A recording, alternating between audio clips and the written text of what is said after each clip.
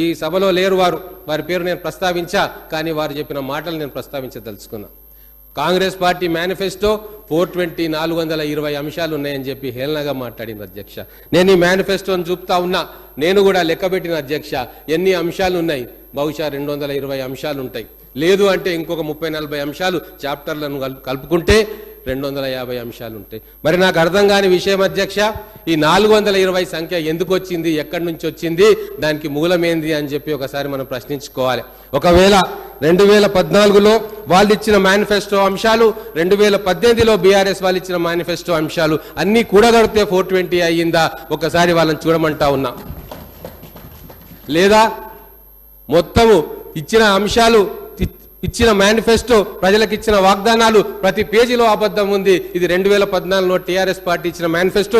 వాళ్ళకి పంపుతా, వాళ్ళ సీనియర్ నాయకులను పేజీ చూసుకోమని చెప్తా ఉన్నా. గుండె మీద చేసుకొని ఆత్మసాక్షిగా చెప్పమనండి. వాళ్ళు ఇచ్చిన మేనిఫెస్టో 9 సంవత్సరాల్లో వాళ్ళు ఎన్ని అమలు చేసిర్రు, ఎన్ని అమలు చేయలేదు. ప్రతి ఒక్క పేజీలో నేను టిక్కు పెట్టినా ప్రతి ఒక్క పేజీలో ఒక అబద్ధం దాగి ఉంది, ఒక వంచన దాగి ఉంది, ఒక మోసం దాగి ఉంది. అది తెలంగాణ ప్రజలు గుర్తించరు కాబట్టి ఇక్కడున్న వాళ్ళు అక్కడికి పోయినరు, అక్కడున్న వాళ్ళం ఇక్కడికి వచ్చిన అధ్యక్ష.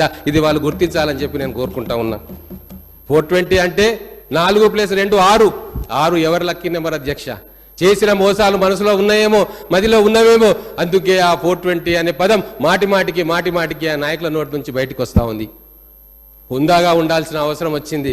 ఒక జాతీయ పార్టీ మేనిఫెస్టో ఇచ్చింది, ప్రజల ఆకాంక్షల మేరకు ప్రజాస్వామ్య పద్ధతిలో పాలన చేస్తామంటే మేనిఫెస్టోలో అంశాలను ప్రస్తావించాలి తప్ప 420 అంశాలు చెప్పి ప్రజలకు చెప్తే నవ్వుకుంటున్నారు అధ్యక్ష. ప్రజలు ఓటమి నుంచి ఇంకా వీళ్ళకు బయటికి రాలేదు, వీళ్ళ మానసిక స్థితి ఏంది అని చెప్పి ప్రజలు ఈరోజు ప్రశ్నిస్తున్నారు అధ్యక్ష. అలాగే టీవీ ఇంటర్వ్యూలలో చూస్తూ ఉన్నాం. ఇవన్నీ చెప్పాల్సిన అవసరం ఉంది కాబట్టి చెప్తా ఉన్నాం. ప్రగతి భవన్లో ఎందుకుంటున్నారు కేసీఆర్ సెక్రటేరియట్కి ఎందుకు రావట్లేదు అంటే ఆ రోజు ఇచ్చిన సమాధానం ఏంది అధ్యక్ష? బీఆర్ఎస్ నాయకులు ఎక్కడుంటే ఏంది, అధికారులు పనిచేస్తున్నారా లేదా, మేము ఎక్కడుంటే ఏంది, ఫైళ్లు మా దగ్గరికే వస్తాయి, సంతకాలు పెడతామని చెప్పి ఆ రోజు చెప్పిండ్రు. కానీ ప్రజాస్వామ్య పరిపాలన ఎక్కడి నుంచి జరగాలి అధ్యక్ష?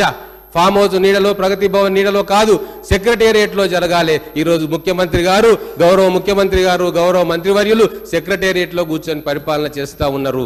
విజిటింగ్ అవర్స్ లో అసంఖ్యాక ప్రజానీకం సంబరంతో జాతరలాగా ఈరోజు సెక్రటేరియట్కు వెళ్లి అధికారులకు దరఖాస్తులు ఇస్తా ఉన్నారు, మంత్రులను కలుస్తా ఉన్నారు.